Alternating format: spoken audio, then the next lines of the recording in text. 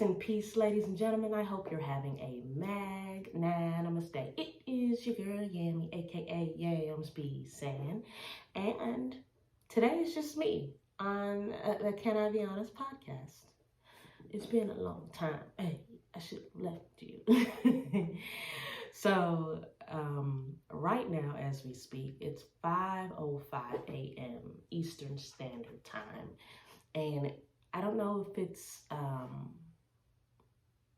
that I couldn't sleep or maybe I was excited. It's Tuesday, the 10th. So Mondays are usually a day that I set aside to rest as much as possible. Like, you know, while doing the e-learning thing with my kid. But essentially I don't work on work stuff. You know, I don't take emails. I don't really I just try to kind of do much of nothing or something that is easygoing. So I spent most of yesterday reading a book entitled by Gay Henderson called The Big Leap. The Big Leap is a book that I heard about from the Kev on Stage podcast about kind of transitioning from, you know, minor stuff to big stuff, and what are the things that kind of hold us back from becoming our best self and things like that. So I spent a lot of time just dwelling on that. It's a good read if you're interested.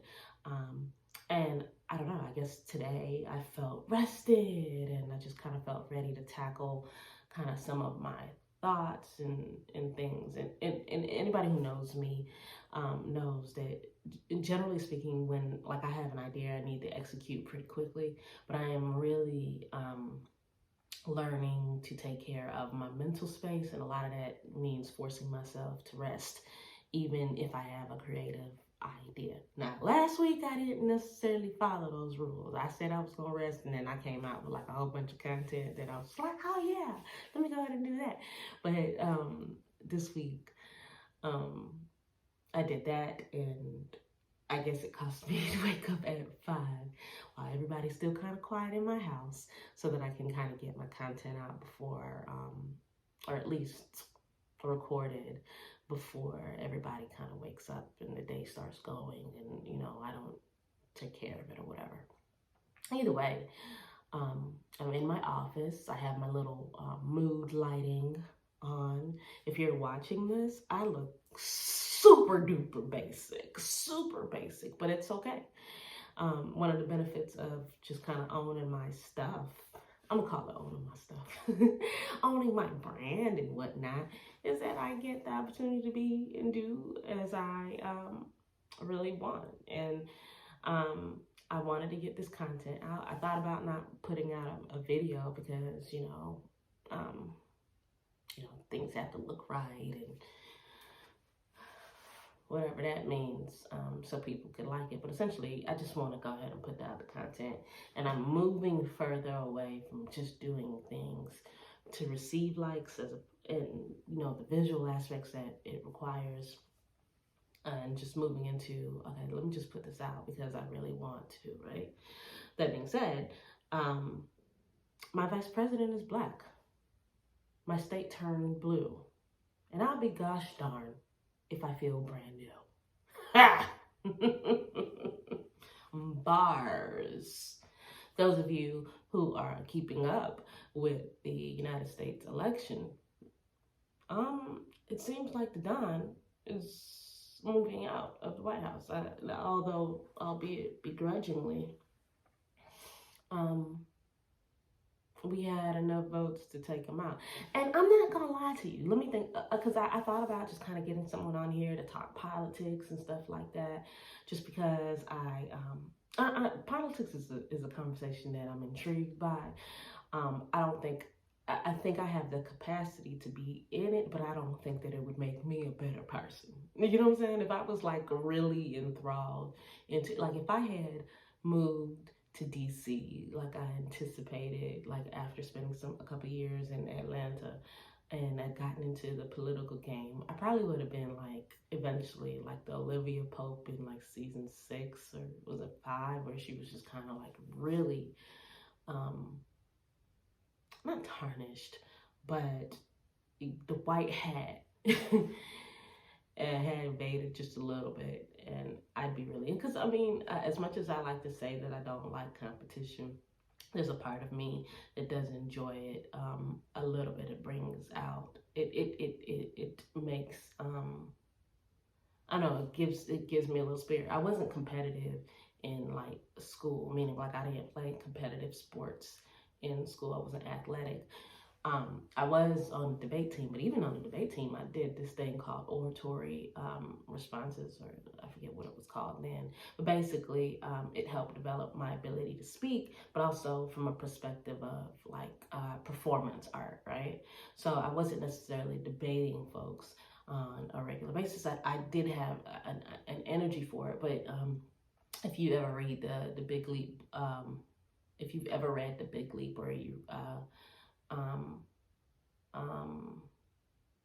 will read it, you'll understand this verbiage. But I was just kind of operating from my zone of excellence, you know, something that I can do, as opposed to my zone of genius, which is something that I can do to the 10th power, you know, like that I excel in, and but it also pushes me, and it causes me to feel, I don't know, like a drawback, like the fear of being successful in it, and the results of that fear would keep me from operating in it. It's a really good book. Y'all really need to tap into it, quite honestly. But essentially, yeah, I thought about getting, you know, someone on here to talk politics, but you know, honestly, I want to kind of touch on it, but I really don't really want to. I want to just kind of think about and go through my thoughts about just kind of these past 4 years. 4 years ago, when Donald Trump was elected president, I thought we were on the precipice of having our first female president, right? That was around the time that Hillary Clinton was running. And I don't know, I remember going to sleep thinking, okay, I think we have this. Because, you know, it didn't end that night. And then waking up to learn that, you know, this vile man who had, you know, kind of been a notable presence in like the hip hop community, which is the reason why I knew him. But I hadn't really followed him too intently, but it seemed kind of some of the rhetoric that he was using while on the campaign trails, that I thought, surely, you know, coming off of, you know, the Obama era, this wouldn't be the next thing. You know what I'm saying? And I'm a person that believes in the balance of power. I don't think that one I don't know, ruling class, one political party should run everything for too long. There are some things from the Republican Party and the Democratic Party and the Independent Party that I think are beneficial to making the United States run in a way that is considerate of all people, and I think should be taken into consideration. Even though I tend to lean more, I'm moderate, but I tend to lean, like, I don't know, I'm moderate. I tend to lean whichever way makes more sense with my values, right? But I didn't realize, there's just so many thoughts. I didn't realize how much Bill Clinton's presidency affected the people around him. Because if you think about it, Gore lost, right? Hillary lost. And some would argue that maybe Gore had a chance, but it was stolen. But it seems like a unanimous thing that Hillary lost, you know, based off of her sticking by her man, or, you know, the 94 crime bill, which, if you, I know a lot of people, specifically Black people, like to use that as a thing to kind of condemn, white people for. But I don't know, if you look at the times, in 94, I was, let me see, 4, it had to be 7. So I can't say for certain. But the argument is that the 80s and the 80s, after arguably or not arguably, Reagan dropped drugs in the Black community, like the Black community at its peak was, trenched in violence and death and, whatever, and community leaders and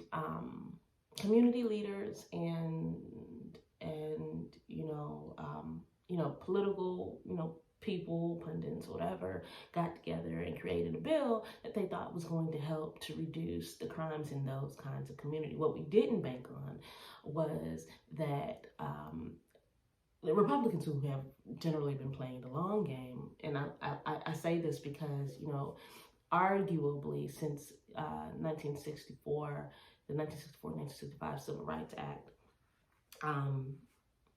they have been putting things in place, arguably, the Republican Party, or people in, I'm not even going to blame the party, people within that community were putting things in place to help limit. Oh snap, I haven't been recording this whole time.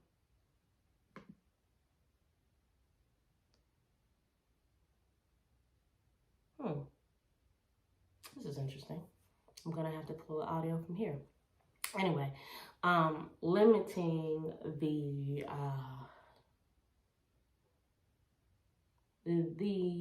accesses for the Black and brown community, right? So like that's the housing, and that's the education, that's the the prison pipeline, that's the criminal justice system, all of that, right? So arguably they've been putting things in place to counteract people in those, or racist people in that party, and maybe also in the Democratic and Independent parties, have been putting things in place to prohibit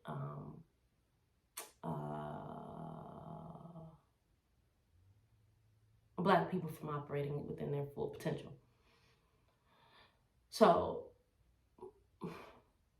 when the 94 crime bill was signed, there was, and obviously there was some questionable rhetoric from Hillary Clinton around that time, super predators, all that. It was a form of let's kind of fix the community, off of the economic situation, Reagan situation.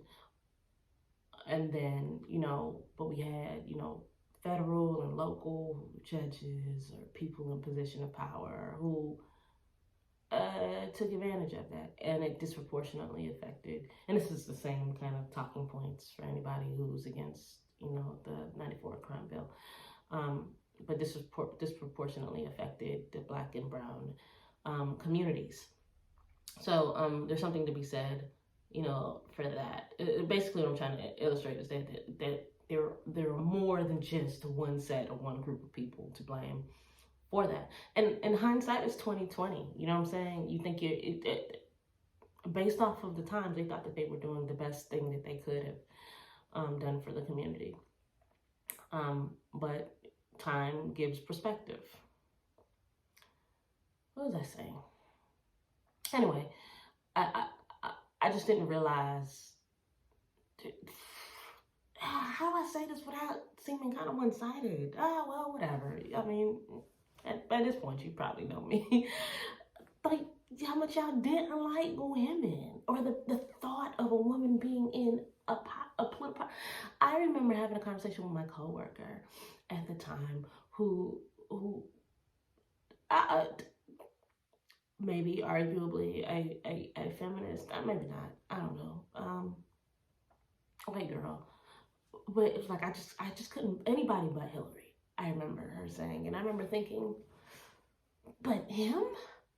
And it's almost like collectively, maybe the Black community, specifically Black women, knew that this was going to be bad. And like, it was a feeling that we had deep down in our soul. I remember my parents calling me, and they were just kind of like, hey, because at the time I was working, as an investigator for a DA's office. It was like, hey, daughter, wanted to kind of check your temperature, see how you're doing, and make sure you know that, so you can't go nuts, at this current place. Did you take a day off? You could have taken PTO, right? And I remember feeling so sad.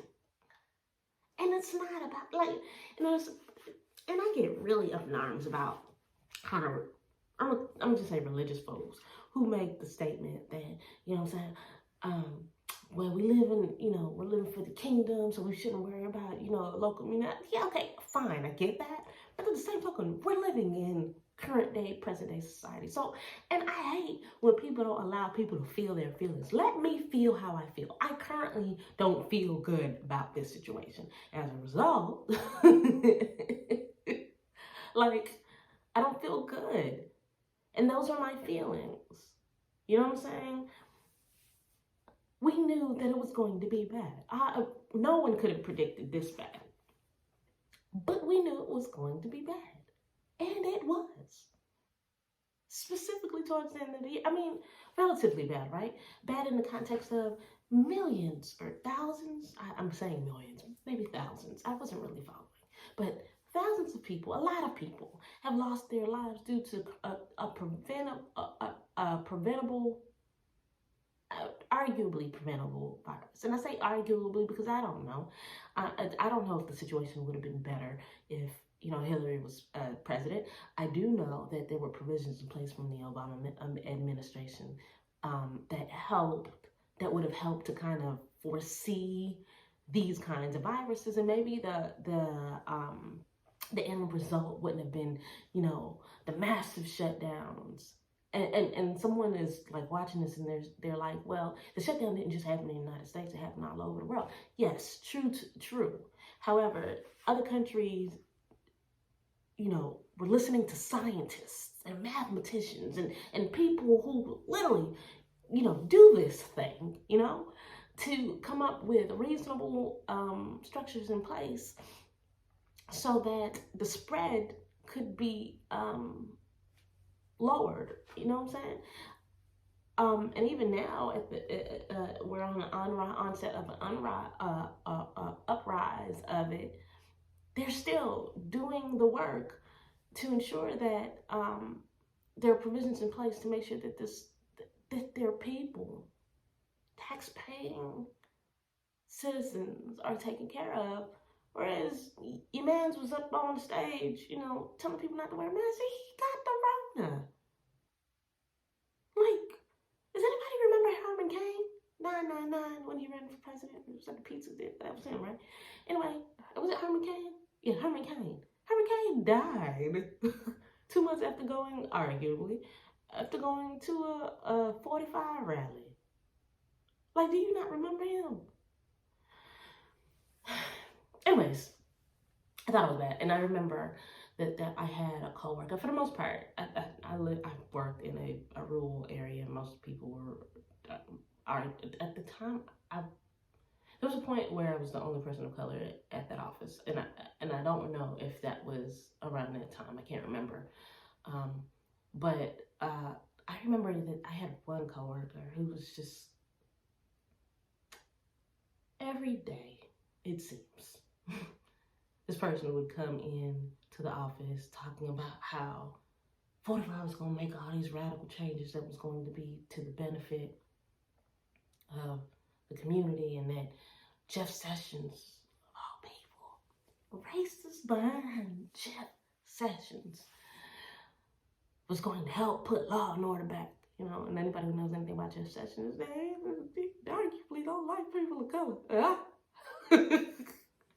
So I remember having to listen to that in the office on a regular basis. And then when 45 became president, it was like, oh, This is whack. And I feel sad. Yeah, I felt really sad. So to be now, fully in my entrepreneurial kind of place, and to know that most of y'all have concluded the same thing. And then at the forefront of what's going on, y'all put a sister who y'all was lest y'all forget, like on the VP ballot, like first female. And then the first time it happened, she's black, of Caribbean descent, of South Asian descent, South Asian Indian. I'm not really sure how you verbalize that, but this is dope. As a young woman, and I'm referring to me because I'm young, that a young woman raising a young woman. My child was born within 3 constructs, right? She got to see a black man be president. Half white, half black, but black. With a not so ambiguous wife of color. She got the other guy. And she's seeing a female who has a loving and supporting husband in arguably the second most powerful position in United States government. That's dope. I remember hearing or thinking how, I don't know, with 45 being a president, it would be difficult to demonstrate, especially to a literal kid like mine, that being nice matters. Being kind, you are kind, you are smart, matters. And the fact that a majority of, and despite what you think, there are more Republicans who, and this is what, there are more Republicans, let me finish your thought, there are more Republicans involved in the dismantling of the Trump administration than y'all want to maybe accept or believe. But just the thought that we collectively, as a body of people, got together and said, you know what, this can't stand. It matters. It really does.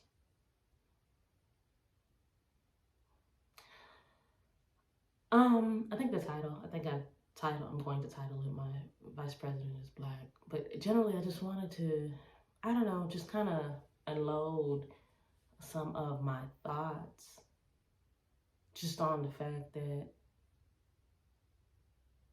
we have a vice president who is of color. And like the entire kind of Biden-Harris collective is filled with, so many stories. I did like kind of a joking talking point on my Instagram, YamzBsayin, about how delayed is not denial. If you know anything about Joe Biden's story, he was elected when he was 30 as the youngest, person in a Senate seat, right on the cuffs of his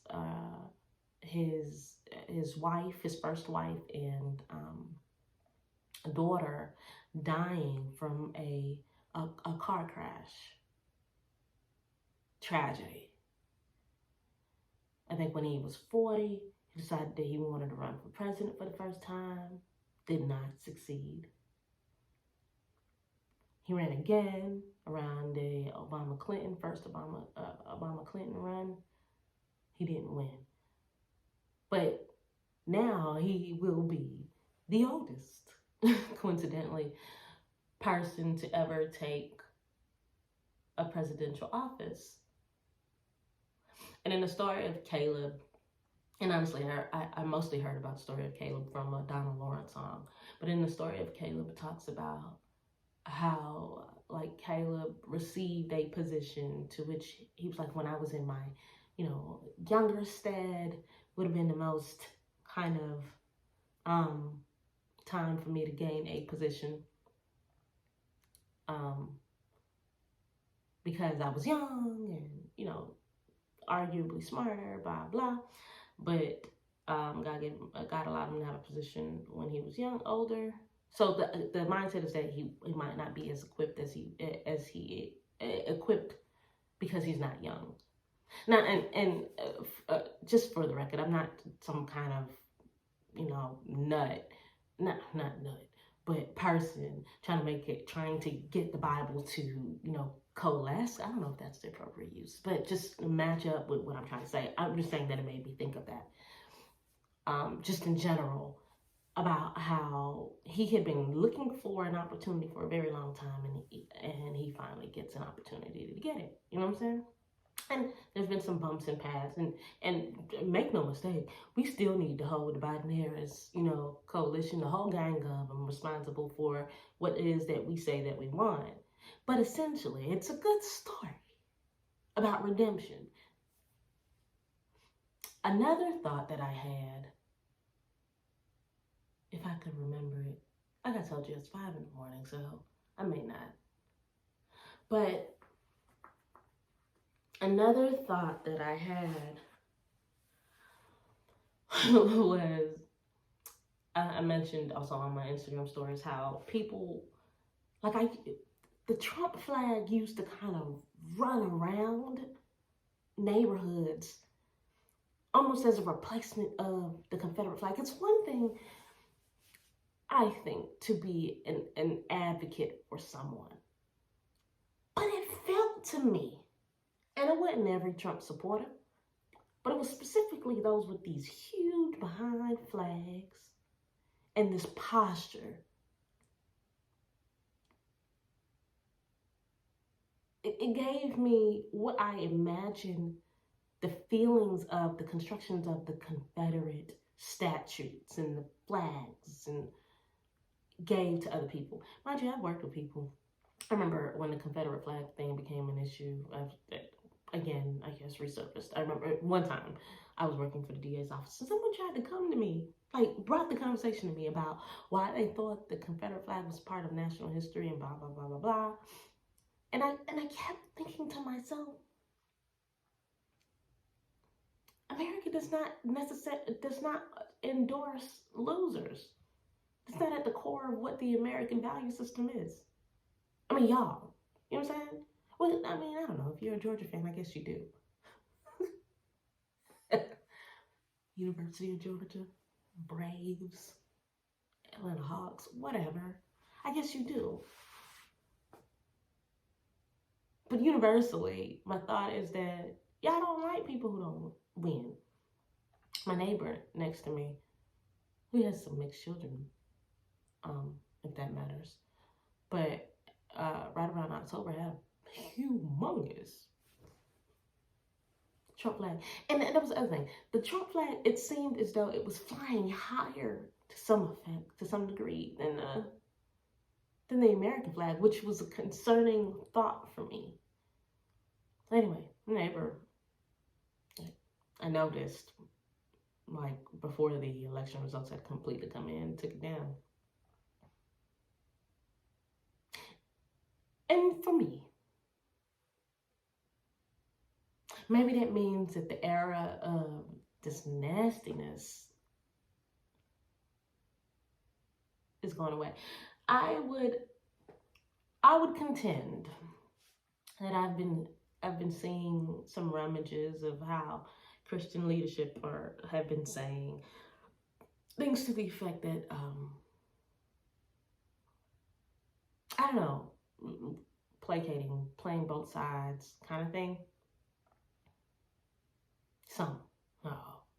You're like, I shouldn't, you shouldn't have to hear my political position in order to, whatever, yada, yada, yada. But if y'all remember, evangelicals were strongly in support at the time, white evangelicals, some black, of a 45 presidency. And to me, that was the endorsement of visible vitriol hate. And those things need to be called to the carpet, and people need to be held accountable for that. It's one thing to be like, I'm endorsing a party based off of its alignment with my values. That's a completely different thing than what I'm talking about. People were endorsing the man, not his value system, because his value systems were non-existent, and I'm okay with saying that. As a person of the cloth, and if you want to ding me for it, whatever. But people were endorsing the man, not value system. And I think that's where we had issues. And in part, that's not what I think Jesus would stand for, and I'm okay with saying that.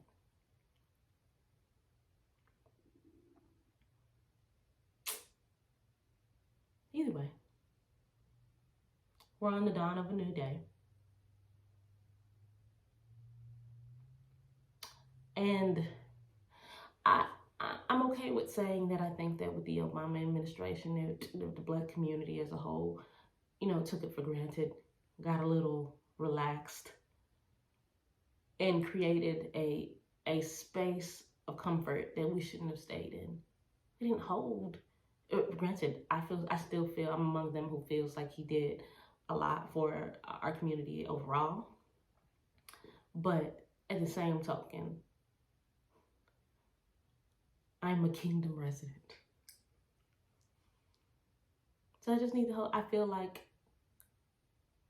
people are learning that even if your side wins, it's your responsibility to hold them accountable for the things that they say and they do. I know for me, and especially now because I'm not tied to working at a government office, and I don't believe that I will ever go back to a traditional 9-to-5. I hope not. I think for me, it's kind of created a desire for me to be on the grassroots part of things. My prayer for myself is that I actually move on that.